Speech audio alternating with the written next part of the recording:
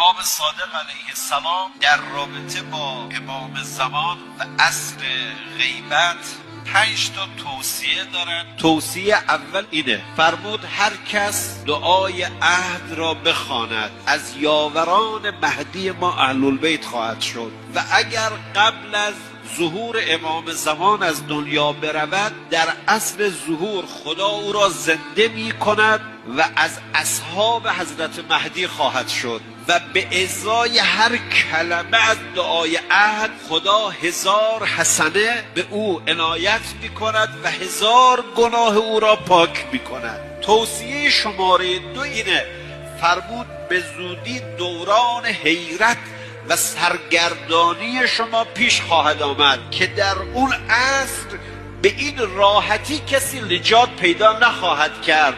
حضرت فرمود دعای غریق را بخوانید. توصیه سوم اینه، هر کس بعد از نماز صبح و بعد از نماز ظهر 1 بار بگوید اللهم صل علی محمد و آل محمد و عجل فرجهم، نمیمیرد تا مهدی ما را درک کند.